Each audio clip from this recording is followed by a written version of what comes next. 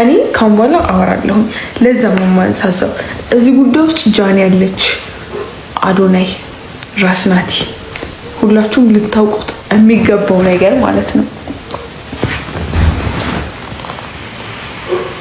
ሁላችሁም እንድታውቁልኝ የምፈልገው ነገር ስለሆነ ነው።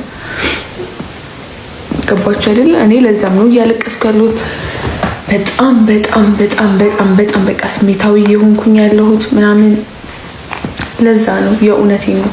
በቃ ግን ምንም ማድረግ አልችልም። አሁን በኋላ ምርርን ያለ ካሁን በኋላ በቅቶኛል ማለት ነው።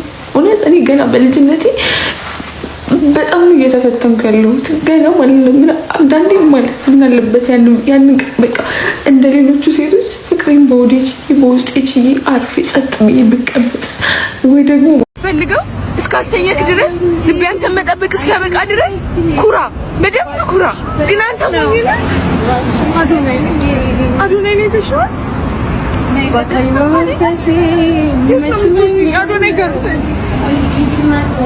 ሃይ አዶናይ እንዴት ነህ? ደህና ነህ? እኔ ደህና ነኝ እግዚአብሔር ይመስገን። እንዴት ነህ አባቴ? አለሁልህ። ናፍቀኸኛል። እኔ በቃ አንተ እዛ ኤርፖርት ላይ ትሆናለህ ብዬ አምኜ መጥቼ ነበረ፣ ግን ላገኝክ አልቻልኩም። በጣም አዝናለሁ። እና አሁንም እኔ ነኝ፣ ምንም አልሆንም፣ ወደ ሀገሬ ገባለሁ። ሰላም ሰላም፣ እንዴት ናችሁ? እኔ ደህና ነኝ። የአዶናይ አፍቃሪ ነኝ።